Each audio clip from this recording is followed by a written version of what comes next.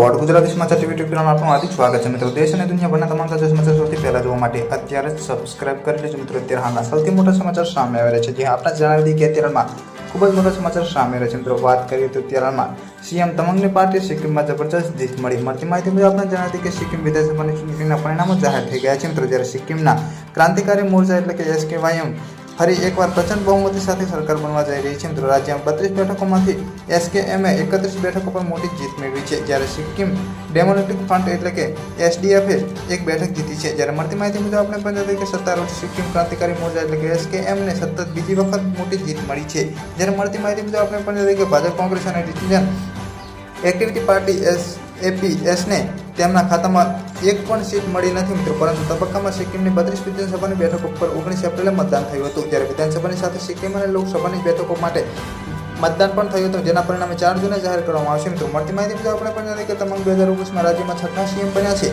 ગત માહિતી મુજબ આપણે પણ જાણીએ કે પ્રેમસિંહ તમંગ હાલમાં સિક્કિમના મુખ્યમંત્રી છે। તેઓ 2019માં રાજ્યના 6થા મુખ્યમંત્રી તરીકે ચૂંટાયા હતા। પ્રેમસિંહ તમંગ પશ્ચિમ સિક્કિમમાં આવે છે, જ્યારે 1990માં દાયકામાં શરૂઆતથી રાજકારણમાં સક્રિય છે। 1993માં પ્રેમસિંહ તમંગ સિક્કિમ ડેમોક્રેટિક ફ્રન્ટ એટલે કે SDFમાં જોડાયા અને 1994માં ચુંગથુંગ વિધાનસભા બેઠક પર ચૂંટણી લડીને વિધાનસભા પહોંચ્યા। આ પછી તેઓ રાજ્યના સરકાર મંત્રી પણ બન્યા અને તે 2009 સુધી કેબિનેટ મંત્રી રહ્યા। તો પલ પલ માહિતી વિડીયો મળતી રહેશે। વિડીયો લાઈક, શેર અને સબસ્ક્રાઇબ કરવાનું ભૂલતા નહીં।